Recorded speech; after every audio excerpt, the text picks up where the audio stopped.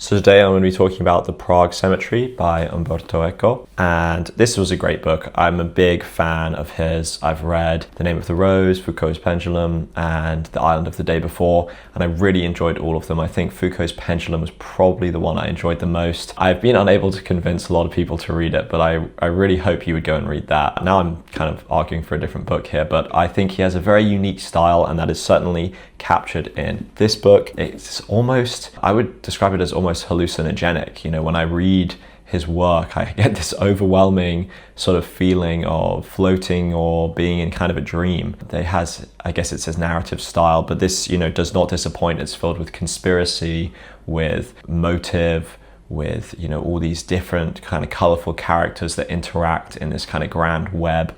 And if that's something you enjoy, I would highly recommend it. It's a bit difficult to sell it to people because I think it's hard to compare to other things if you haven't read any of his work before. If you had read other works of his, I guess this is kind of most similar to Foucault's Pendulum. Not exactly, but it kind of reminded me of it a bit. I still think I prefer Foucault's Pendulum. This is a more recent work of his, but he's still got it basically, and I would highly recommend it if you want to get started with Umberto Eco. It's a good place to start. I think that it's a really interesting piece of work.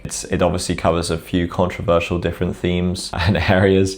Don't go into it if you're a bit faint-hearted when it comes to seeing things you don't necessarily agree with or hearing things that from characters that you would rather not hear. I don't think it necessarily represents any of his personal views.